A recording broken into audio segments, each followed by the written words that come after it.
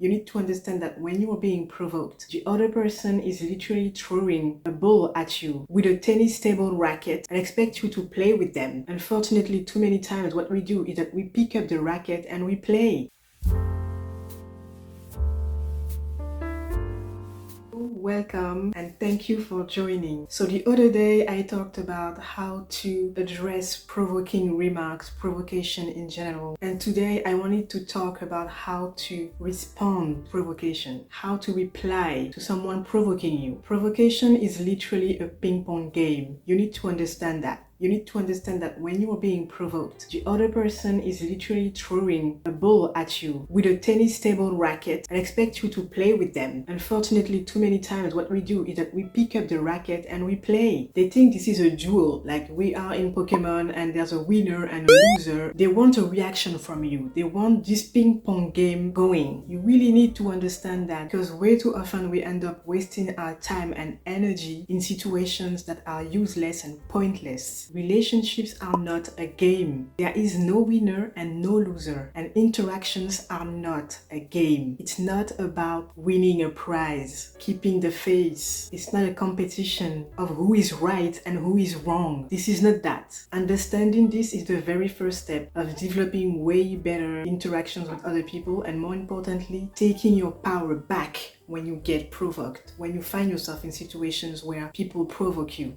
Do not play the game. Remind yourself of that. Never play with a toxic person. Never play the game of provocation. Never enter the invitation. So the first advice I would give you is to not answer anything. Ignore them. In a situation where people provoke you, throw a pick at you, ignore it. Don't say anything and keep doing whatever you were doing. You don't have to act like you didn't hear anything. You can let them know that you heard what they said and decided not to react and keep living your life. I assure you that 90% of the time they will feel ridiculous and leave. But what happens most of the time is that we think we have to say something back because we are so used of this ping pong game, and this belief is so deeply rooted in us that interactions are a game, and when someone provokes you in a duel, you have to accept the challenge. And there we go, fighting each other, and obviously you will never win because they came up with the rules. So you won't win. It was never going anywhere. When someone chooses provocation, it's in the only intention to hurt you and your feelings. It's not to actually get somewhere. You don't always have to reply to provocation. You don't always have to say something to someone who provokes you. You don't always have to reply to people. You don't always have to accept invitations. You can decline and literally be like, no, I don't want to play with you. And keep living your life. Imagine you chilling at the park with your friends and there's a kid coming at you and throwing a little rock at you. How would you react? Would you be mad? Would you chase them and throw a rock back at them? That would be really weird that you get triggered by a kid. This is exactly what happens when you react to someone provoking you. It's not them expressing themselves anymore, it's their inner child. This is a very immature way to try to get attention or whatever is it that they want. It's a very immature way to phrase it. People like that usually don't know how to express their needs and their emotions, and when they feel frustrated about something, they use passive-aggressive ways to communicate. So don't blame them, honestly, but know that it is not your responsibility to do anything about this. You don't have to play the game, you don't have to answer it. So when a kid throws a rock at you, you just be like, and you move on, right? Exactly. You can do the same in this situation. Personally, that's what I do. I don't address provocation. It's something that I choose. I only reply and give my energy to people who come to me with an open heart and who express themselves in a mature way. So the second advice I give you is to check your intentions. I talk a lot about intentions and the importance of setting them, of practicing setting intentions all the time for everything that we do. It is so important. Intentions are literally our compass. It is directing our mind and our thoughts on what's important to us so that we don't get scattered and our ego doesn't take back the control, because it's always here watching, waiting for a moment, jump right in and take the space. When you set your intentions for everything,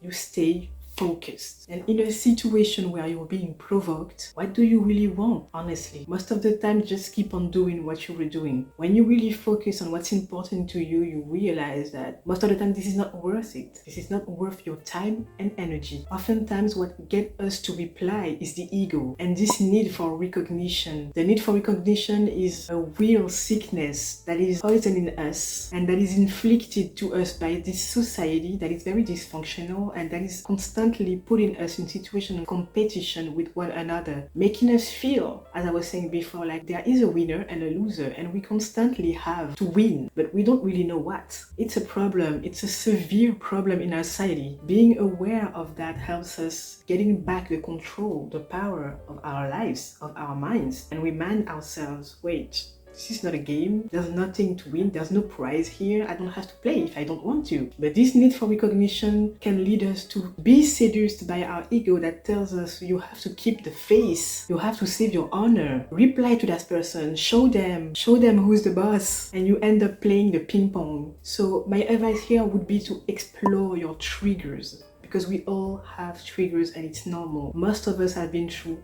a lot. Explore your triggers, understand your triggers, and then tame your triggers so that they don't get the best of you. Because most of the time, it is not worth it. It's a trap. So don't fall in the trap of entering a game you won't win because it was never a game in the first place. And last but not least, my third advice when it comes to replying to someone provoking you is ultimatums. So, okay, the best reply to provocation is no reply. But let's be honest, some people can be insisting. Some provocation can be very strong. And at some point, you need to set your boundaries. So it's not about showing people who you are. It's really about like getting rid of a situation that's starting to become toxic. So of course, you need to say something at some point. So ultimatums are perfect for toxic people and toxic situations, environment in general. Why? Because you are putting this person in front of two choices, option 1 or option 2. They have to choose. You are forcing their mind to focus. You stop talking to me like this, or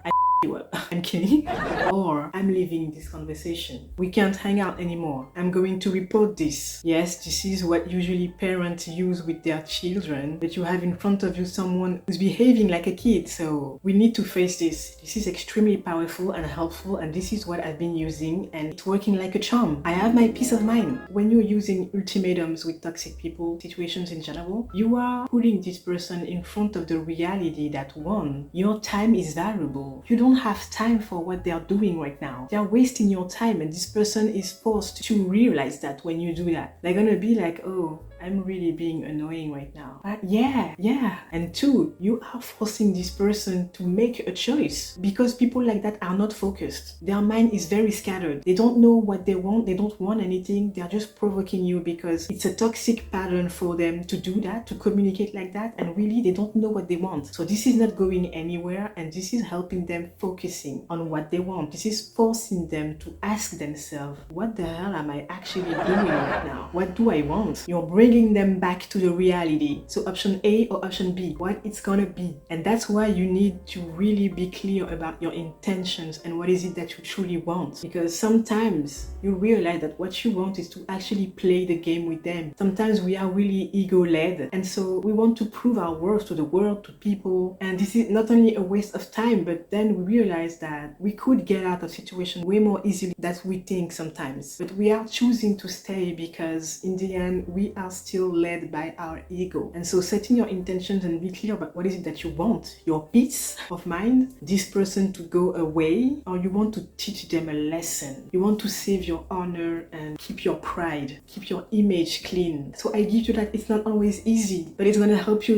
doing these little introspections about what's really important to you and where your focus needs to go. You don't need to prove your worth to a kid. You don't need to prove your worth to someone who's immature and choosing provocation to get your attention. You don't need to prove anything to someone like that, I promise. So ultimatums can look like, depending on the situation, if you're trying to ask me something, can you please phrase it clearly because I don't understand. I won't talk to you if you use provocation. I won't interact with you if you choose provocative remarks to get at me. If you want to speak to me or if you want to say something to me, be clear about it please, or don't speak to me at all. I don't appreciate you constantly using pics and provocative remarks to talk to me. Please stop or don't interact with me again. This is quite simple, but what you actually doing is really saying exactly what is posing you a problem. You are basically setting a boundary. You are basically saying, I don't like when you do that. Please stop, or we can't talk anymore. Don't interact with me again. Listen, this is so powerful. People stop right away. They won't keep going because you've been so clear about who you are and what you tolerate and what you don't. There's no way around it. People will stop immediately. This has been working like a charm with me because I truly detach from the need to prove my worth. Complete strangers. So I stopped playing the ping pong game with people and now I'm very clear. Provocation is a no-go for me. Nasty remarks, useless, like ways to imply this or that. No. Passive, aggressive communication. No. If you want to say something to me, say it clearly or don't speak to me at all. That's really a choice that I've made. I've been clear with myself about that and I wanted to share that with you because this is just the cure to me as to how to answer to someone who's provoking you. This person will leave you alone forever. Success guaranteed. In a nutshell, I really wanted to remind you that interactions are not a game, that we need to take back the control of our mind, of ourselves, and stop letting this ego-led society have the best of us. Being self-aware truly is the key, and ultimatums are amazing. So I hope this video helped you, and if you're on your self-awareness journey, want to become more self-aware and understand how to take back the control of your life, basically, follow me, like and subscribe for more videos. Thank you so much for watching. Bye bye.